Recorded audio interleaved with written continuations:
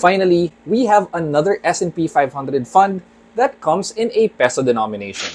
Now, while we've had a handful of S&P 500 UITFs that are being offered by banks, it's really only BPI that's offering this in a peso class. And I understand that this has been a challenge for a lot of us. I mean, the banks haven't made it easy for us to exchange our pesos. There's a lot of paperwork, there's a lot of hassle. So this is definitely good news for us to be able to invest our Philippine pesos into this world-class index benchmark.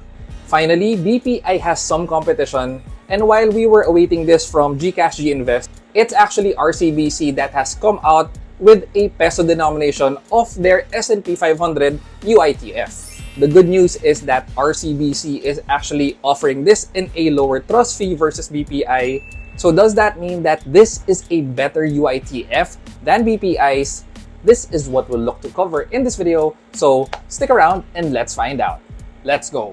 But before anything, if you are new to this channel, hi, I'm Mark. It's nice to meet you. In this channel, I talk a little bit about lifestyle, but I mostly talk about business and investments.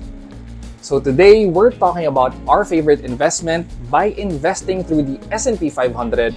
I've done a series of videos on this in the past, and generally, if you are new to the S&P 500, it's the most reliable and consistent benchmark for returns in the last few decades.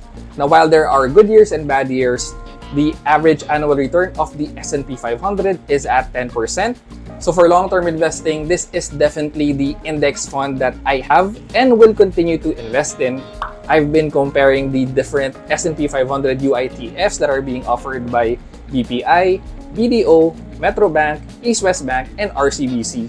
And as of November 2024, RCBC has finally launched a peso denomination of their S&P 500 fund. Now, before we crunch the numbers and compare the performance of RCBC versus BPI, let's first go through the basics of the RCBC S&P 500 fund in its peso denomination.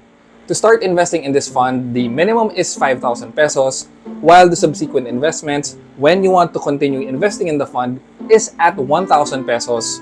The ever-important trust fee is listed at 1.0%. There's actually a note here that says on top of the 0.03% management fees charged by BFA, the BFA being the BlackRock Fund Advisors team that RCBC is working with. I'm not really sure why RCBC didn't list this at 1.03%, but since this is a minuscule amount, either 1% or 1.03%, I guess it's not such a big factor. We can just consider it as is. What's important is for us to see the numbers later, and we'll get to that. This is lower than BPI's 1.5%. Again, I've been investing in the BPI US Equity Feeder Fund for many years now, and last year when they doubled this from 0.75% to 1.5% per annum, that's actually when I started researching, seeing what else is out there. As you know, I went with East West Bank at 0.5%. That's just one of the main factors. There are other considerations that I factored in. You can watch those previous videos later. Click the links down below. So basically, for all the S&P 500 UITFs that our local banks have to offer, BPI is highest at 1.5%, RCBC at 1%, at 0.75%, it's Metro Bank, and the lowest here would be BDO and East West Bank, both at 0.5% per annum. But of course, these three with the lowest trust fees are all available only in a US dollar denomination. So as we are only comparing S&P 500 funds in a peso denomination, we are only comparing RCBC and BPI.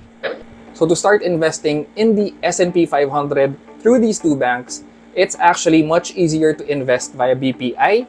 So that's just at 1,000 pesos versus RCBC's 5,000 pesos. And for the subsequent investments, BPI actually doesn't have a minimum. So before, I was actually investing as little as 50 pesos per day as one of my strategies. With RCBC, the minimum additional investment is at 1,000 pesos. So in this regard, again, BPI is much better.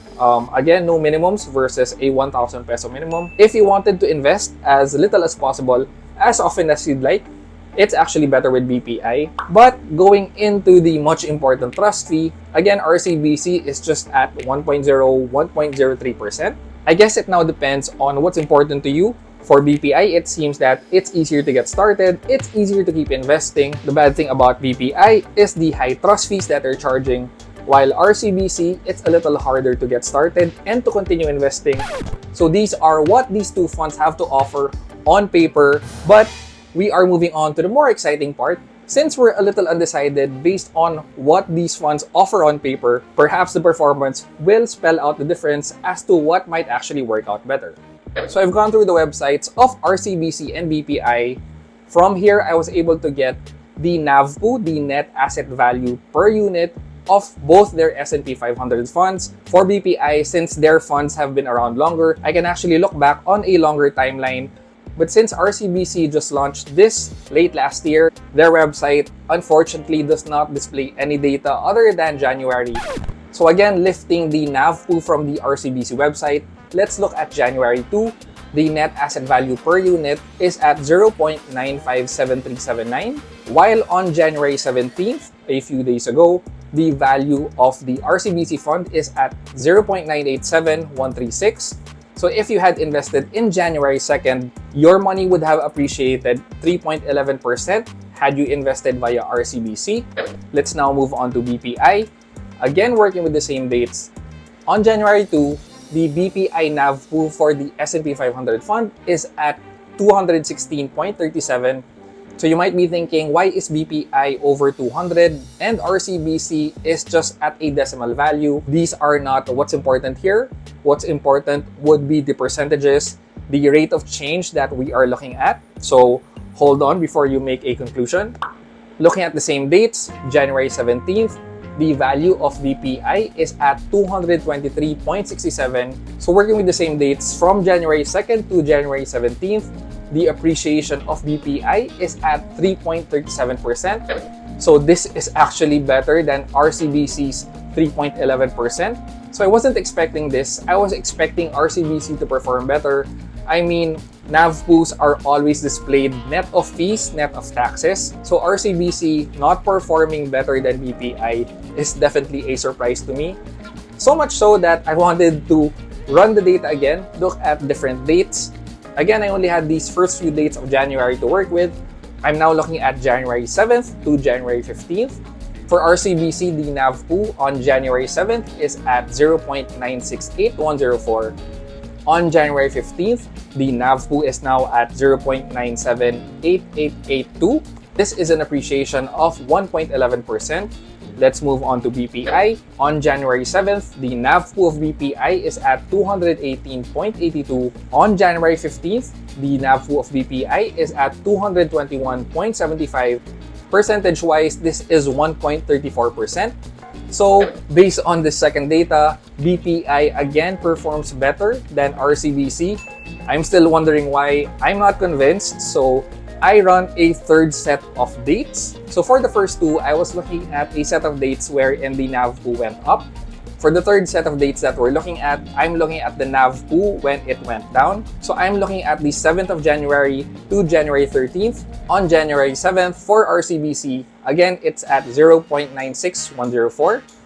On January 13th, it went down to 0.962597. Percentage-wise, this is a negative of 0.57%. For BPI, on January 7th, it's at 218.82, while on January 13th, it's at 218.02. So the decline for this period for BPI is only at negative 0.37%. So again, this is better than RCBC. RCBC at negative 0.57%, while BPI is at negative 0.37%. So consistently, BPI has outperformed RCBC by at least 0.2%. Based on this data, we see that BPI is actually performing much better. I mean, this is definitely not a paid ad. This is just me running the numbers. As you know, I've given BPI a lot of slack for doubling their trust fees last year. But I have to give credit where credit is due. And as we look at the numbers, we just see that BPI is performing better despite their higher trust fees. So what's going on here? Unfortunately, I don't have an answer. I can only theorize into possibly what's going on. One of the main differences of RCBC with BPI is that BPI has its target fund as the Spider S&P 500 ETF. For RCBC, it's the iShares Core S&P 500 ETF. Actually, RCBC, East West Bank, Metro Bank, and BDO all have the iShares Core S&P 500 ETF as their main target. BPI is actually the only one who's a little different amongst these five. And as I've shared before, there's just some variance in terms of the expenses, perhaps the other fees that these ETFs that the companies are charging. So my theory is that the Spider S&P 500 ETF that BPI is targeting is actually performing a little better than the iShares Core S&P 500 ETF. But that's just my theory. I have to look into this more specifically. That's not the concern of this video. The concern of this video is really to be able to compare the actual numbers. So from this data alone, I think we see that BPI is actually offering the better product versus RCBC.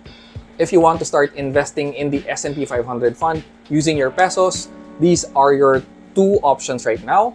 Again, this is data that I pulled from the website. I did not make this up, nor was I paid to do this. If for some reason this is wrong and the future performance would change, then we'll cover that in a future video. But for this specific video alone, for the specific data that we've been able to gather from RCBC and BPI's websites, we see that BPI is performing better. So what do you think about this? Which UITF will you actually go with? RCBC or BPI? Or will you go with a US dollar UITF, just as I have? If you've liked this video, please don't forget to like, comment, and consider subscribing if you haven't already. Thanks again for watching, guys, and happy investing!